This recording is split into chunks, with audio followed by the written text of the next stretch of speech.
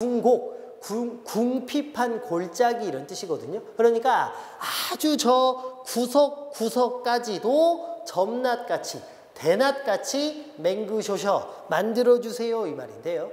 임금님의 그 달빛이 구석구석까지 환하게 비추어 달라는 것은 저 구석진 곳에서 힘들게 살고 있는 백성까지도 임금님이 좀 살펴봐 주시고 보살펴 달라는 뜻으로 보셔야 되거든요. 그래서 이 부분이 임금님이 구석에 처박혀 있는 백성들까지도 보살펴 준다. 정치를 잘하는 거죠.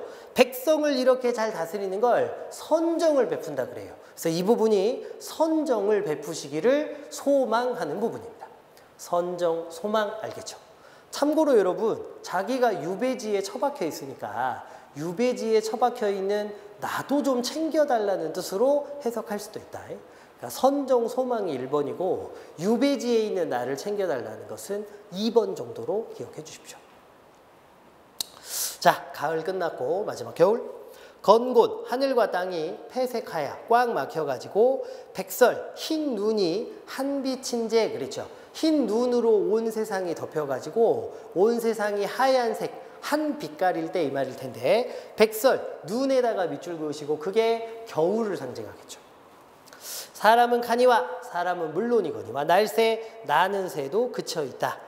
이제 안 보인다는 거죠. 쇼샹남반도 치옴이 이렇거든 쇼샹남반에 밑줄 긋고 그대로 이야기하자면 소상강 남쪽인데요. 상징하는 바는 자기가 지금 유배, 귀양살이 하고 있는 유배지 전라남도 창평을 이야기합니다. 지금의 담양, 대나무로 유명한 곳이에요.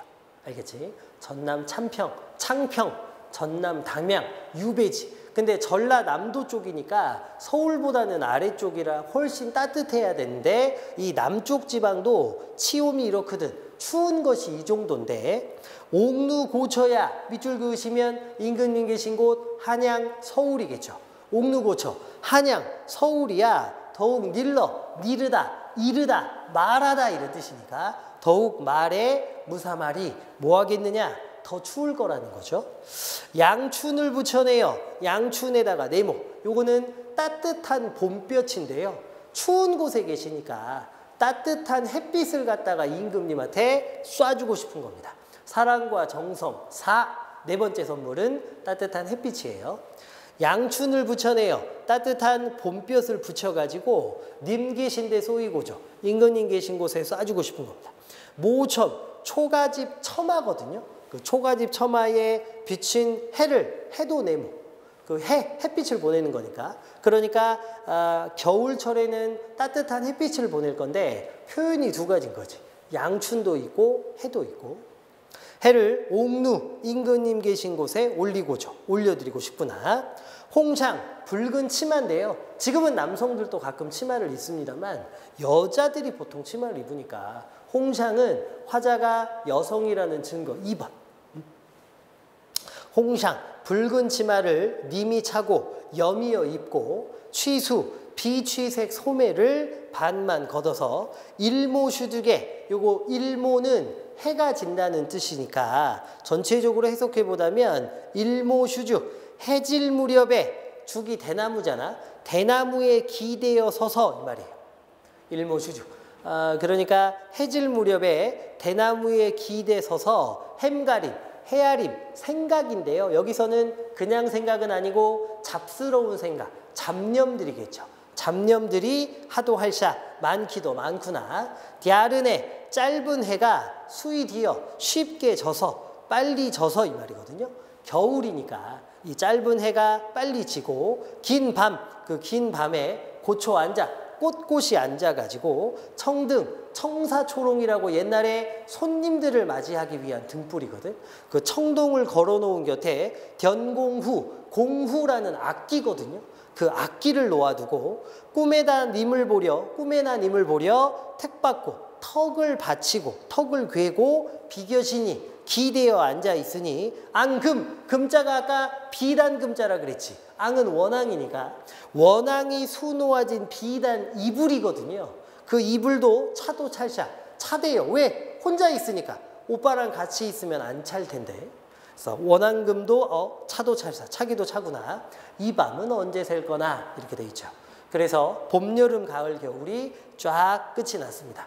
본사 부분이 여기까지였는데요. 계절감을 드러내는 시여 계절마다 보내드렸던 선물, 사랑과 정성 쫙 구분해야 돼요.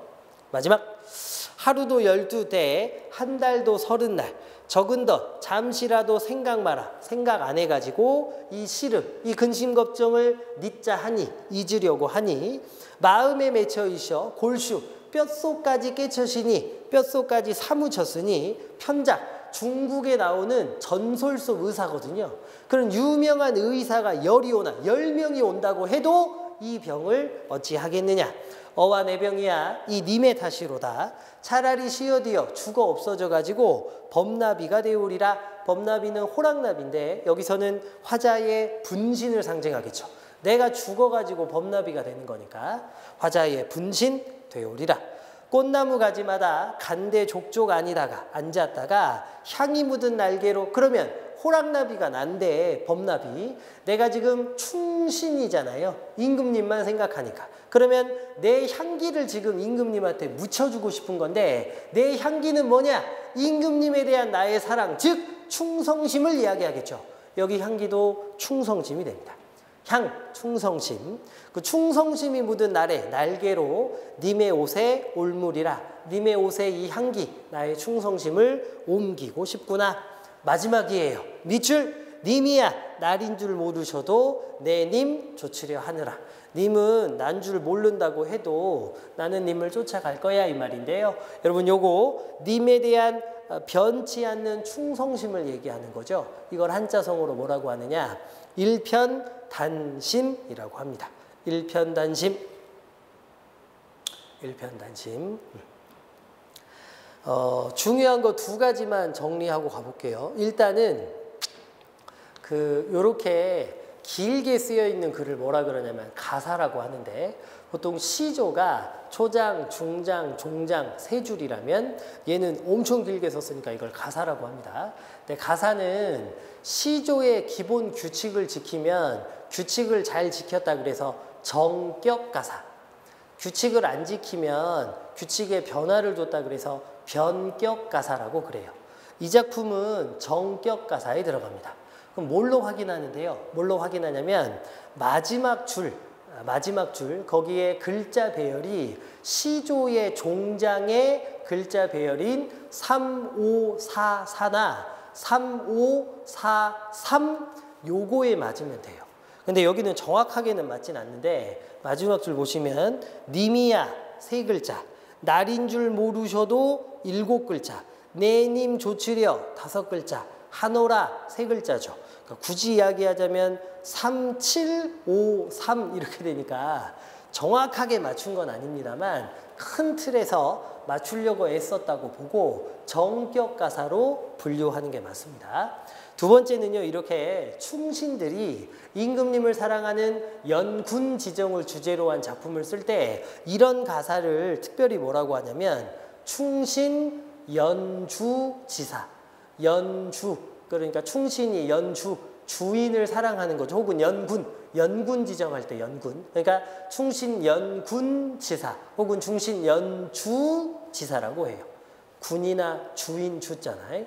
정리하자면 정격 가사고 충신 연군 지사 내지는 충신 연주 지사다. 여기까지 확인해 주시면 되겠습니다. 됐죠? 오케이. 긴 강의 수고하셨고요. 문제 풀면서 조금 약하신 부분들 개별적으로 잡아드릴게요. 고생하셨습니다.